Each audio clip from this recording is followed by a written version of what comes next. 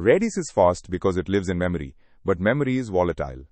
In this video, you will learn the two persistence mechanisms Redis offers and how to pick the right one for your use case.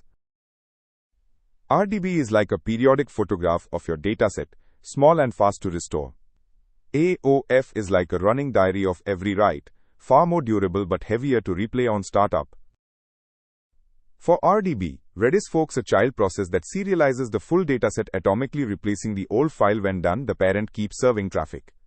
For AOF, every write is appended to the log, then flushed to disk according to your FSYNC policy. Run config get save to see your RDB schedule, config get append to check if AOF is on, then bg save or bgre write OF to trigger each manually.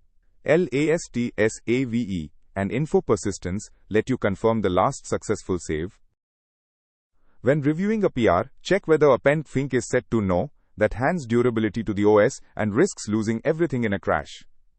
Also flag any setup where both persistence modes are off, while the app treats Redis as a source of truth. The right choice comes down to your tolerance for data loss. For most production services, run both RDB and AOF RDB for a fast restart baseline, and AOF with everysec FSYNC to keep data loss under 1 second.